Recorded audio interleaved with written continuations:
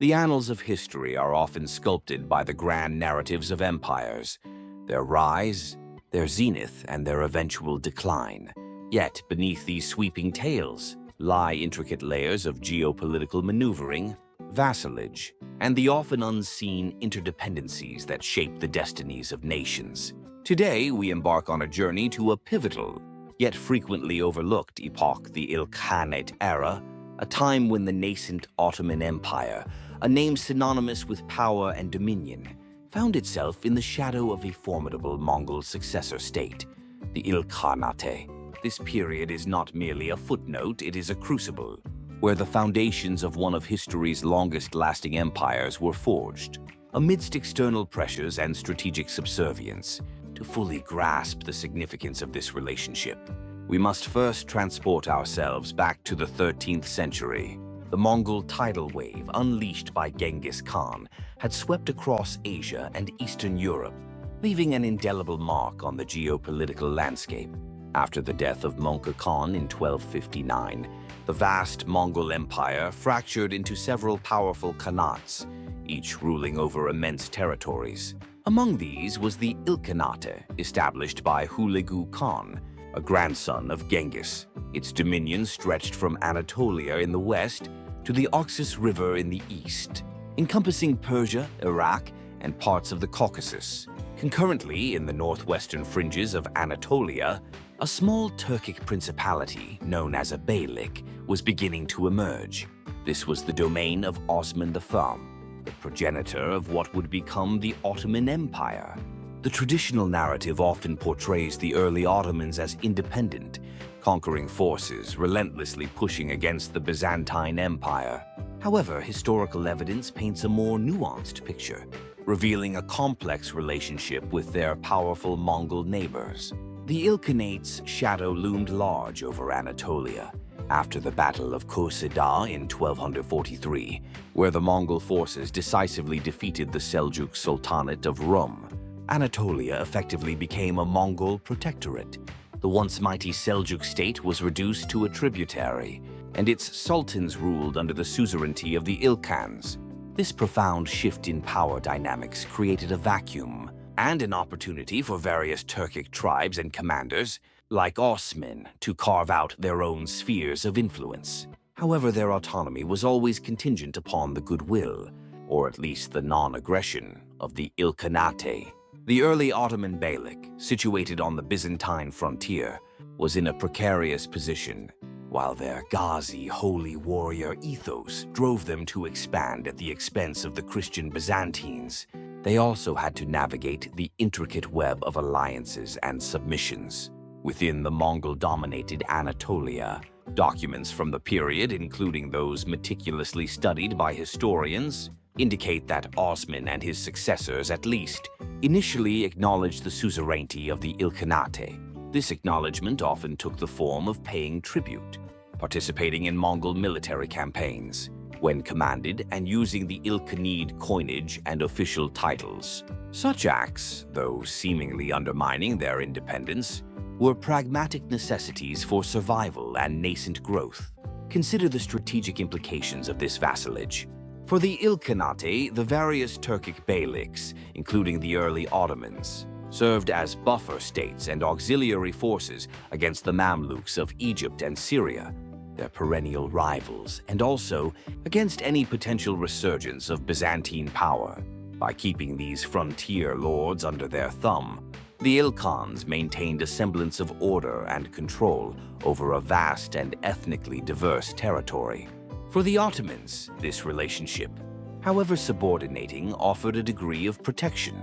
The Ilkhanate's immense military might deter other, potentially more aggressive beyliks from encroaching on their territory, furthermore being recognized, even as a vassal, by the dominant power of the region lent a certain legitimacy to Osman's rule, helping him consolidate his authority among his own tribal followers and newly conquered populations.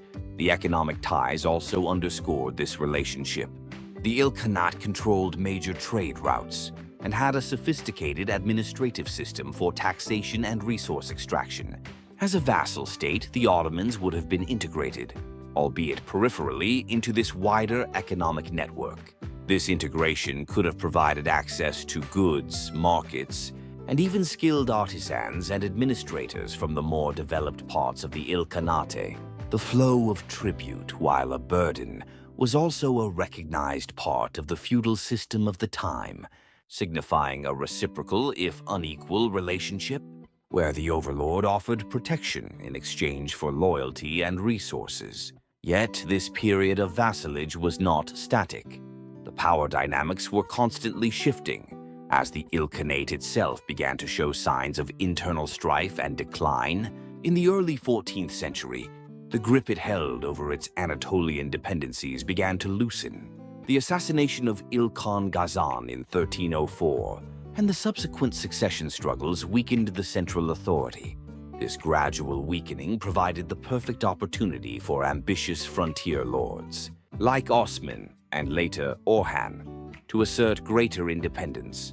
The strategic genius of the early Ottoman leaders lay in their ability to recognize these windows of opportunity and capitalize on them. One of the most compelling pieces of evidence for this transition lies in the shift in the language of official documents and coinage. Initially, Ilkhanate names and titles featured prominently.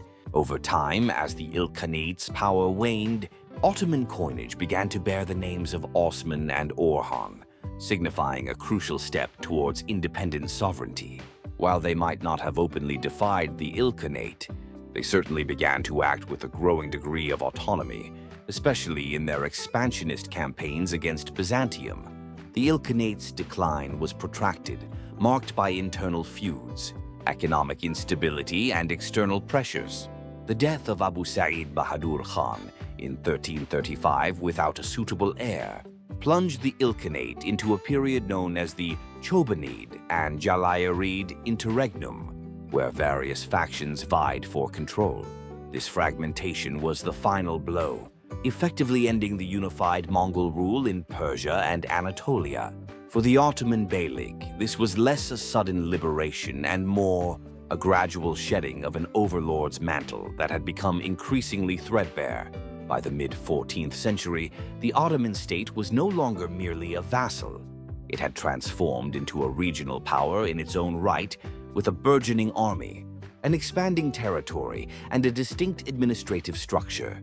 The period of Ilkhanate vassalage, far from being a time of stagnation, had inadvertently provided a sheltered environment for the early Ottomans to consolidate their power, hone their military skills on the Byzantine frontier, and develop the administrative capacity that would underpin their future empire. The Mongols, in their desire to control Anatolia, had unwittingly nurtured the very force that would eventually overshadow their own fragmented legacy. The lessons from this era are profound. They teach us that even the most formidable empires can emerge from periods of subservience, using external pressures as catalysts for internal development. The Ottoman experience under the Ilkhanate illustrates the delicate balance between pragmatism and ambition, between acknowledging a superior power for survival and meticulously planning for future independence. It challenges the simplistic narratives of monolithic power and instead highlights the fluid, interconnected nature of historical development. Thus, when we speak of the rise of the Ottoman Empire, it is crucial to remember its humble, yet strategically vital, beginnings under the suzerainty of the Ilkhanate. This was not a story of immediate, unbridled conquest, but one of calculated patience, adaptive diplomacy, and relentless internal consolidation, all orchestrated within the broader, overarching geopolitical framework set by the Mongol successors. The Ilkhanate era, therefore, stands as a testament to the complex tapestry of history, where even the grandest empires have shadows, and from those shadows, new powers inevitably rise.